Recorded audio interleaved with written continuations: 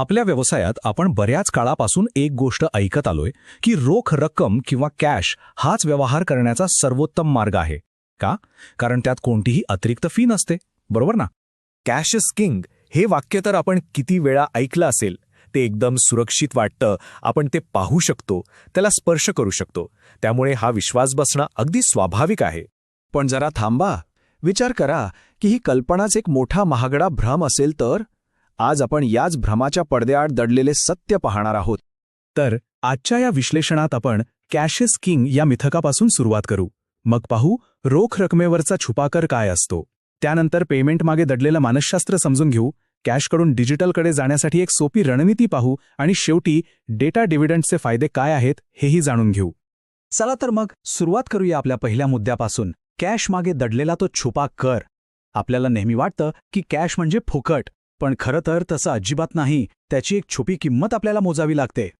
हे ऐकून कदाचित धक्का बसेल, पण रोख रकमेवर एक छुपा कर असतो जो एकूण कमाईच्या तब्बल 4 ते 15% असू शकतो.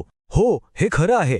आपण नेहमी क्रेडिट कार्डच्या 2% फीची चिंता करतो, पण हा त्याहून कितीतरी मोठा खर्च नकळतपणे आपल्या खिशातून जात असतो. यालाच आईसबर्ग इफेक्ट म्हणतात.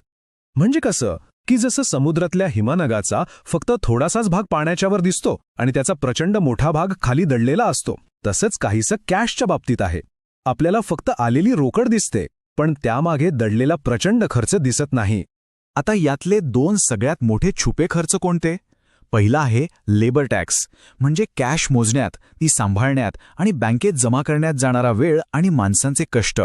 आणि दुसरा त्याहून मोठा म्हणजे ऑपॉर्च्युनिटी कॉस्ट, म्हणजेच फक्त कॅशवर अवलंबून राहिल्यामुळे आपण विक्रीच्या किती संधी गमावतो. एका अंदाजानुसार फक्त दुकानातला दिवसभराचा हिशोब लावायला आणि काउंटर बंद करायला आठवड्याचे तब्बल 14 तास लागतात. आता विचार करा, हाच वेळ जर मार्केटिंग किंवा ग्राहक सेवेसाठी वापरता आला असता तर किती फायदा झाला असता.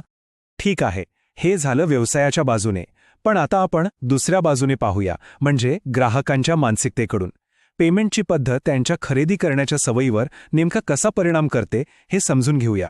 याला म्हणतात फ्रिक्शनलेस स्पेंडिंग. ही एक इंटरेस्टिंग गोष्ट आहे. जेव्हा लोक कार्ड किंवा डिजिटल वॉलेटनी पैसे देतात तेव्हा त्यांना पैसे खर्च झाल्याचं दुःख किंवा ती जाणीव कमी होते. खिशातून नोटा काढून देण्यापेक्षा कार्ड टॅप करणं किंवा QR कोड स्कॅन करणं खूप सोपं वाटतं आणि त्यामुळे नकळतपणे ते जास्त खर्च करतात. आणि हेच बघा या चार्टमधून किती स्पष्ट दिसतंय. अभ्यासातून असं दिसून आलं आहे की डिजिटल पेमेंटमुळे प्रत्येक व्यवहारात 20% ते अगदी 100% जास्त खर्च केला जातो. याचं साधं कारण आहे, ग्राहक खिशात असलेल्या रोख रकमेपुरते मर्यादित राहत नाहीत. वेळेचा मुद्दा तर त्याहूनही महत्त्वाचा आहे. बघा, एका कॅश व्यवहाराला साधारण 30 ते 45 सेकंड लागतात, तर तेच कॉन्टॅक्टलेस पेमेंट फक्त 10 ते 15 सेकंदात होतं. गर्दीच्या वेळी हा वाचलेला वेळ म्हणजे काय? थेट कमाईत वाढ. तर मग प्रश्न उरतो की यातून मार्ग कसा काढायचा? कॅशकडून डिजिटलकडे जायचं कसं? याची एक अतिशय व्यावहारिक आणि सोपी पद्धत आहे. इथे एक गोष्ट लक्षात घ्यायची आहे, आपल्याला सॉफ्ट ट्रान्झिशन करायचं आहे. म्हणजे कॅश एकदम बंद करायची नाहीये, फक्त त्याला एक कमी आकर्षक पर्याय बनवायचंय. लोकांना डिजिटल पेमेंटसाठी हळूवारपणे प्रोत्साहित करायचंय, त्यांना सवय लावायची आहे. आणि यासाठी फक्त 3 सोप्या पायऱ्या आहेत. पहिली, सायलेंट स्क्रिप्ट, म्हणजे काहीही न बोलता आधी कार्ड मशीनकडे इशारा करणे. दुसरी, अझम्प्टिव्ह क्लोज, म्हणजे पैसे कसे देणार असं विचारण्याऐवजी कार्ड की मोबाईल असं थेट विचारणे. आणि तिसरी, जेव्हा कोणी मोठी नोट देतं तेव्हा सुट्टे नाहीत ही परिस्थिती हुशारीने हाताळणे. उदाहरणार्थ, समजा कोणी मोठी नोट दिली तर असं म्हणता येतं, माफ करा, सुरक्षेच्या कारणास्तव माझ्याकडे सध्या सुट्टे पैसे कमी आहेत. तुमच्याकडे लहान नोट किंवा कार्ड असेल का? बघा, यामुळे दोष कॅशियरवर किंवा दुकानावर येत नाही, तर सुरक्षेवर जातो.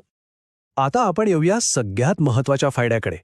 डिजिटल पेमेंटमुळे फक्त व्यवहार सोपे नाही होत, तर एक अशी मौल्यवान संपत्ती हाती लागते जी कॅशमध्ये कधीच मिळू शकत नाही, आणि ती म्हणजे डेटा.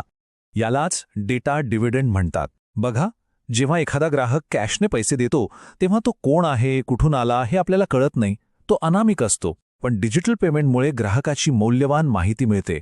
तो किती वेळा येतो, काय खरेदी करतो आणि तो परत येतो की नाही. आता या डेटाचा वापर कसा करता येतो याचे एक जबरदस्त उदाहरण आहे.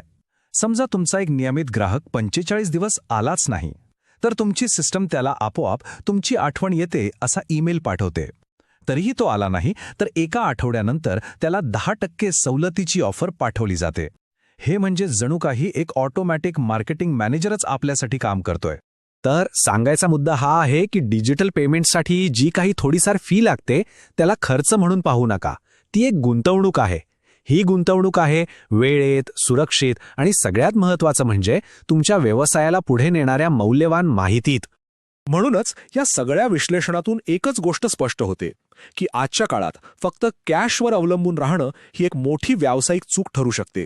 आता जाता जाता एक शेवटचा प्रश्न प्रत्येकाने विचार करण्यासारखा की फक्त कॅशला धरून बसल्यामुळे आपल्या व्यवसायात अशा कोणत्या संधी गमावल्या जात आहेत ज्या आपल्या नजरेआड आहेत.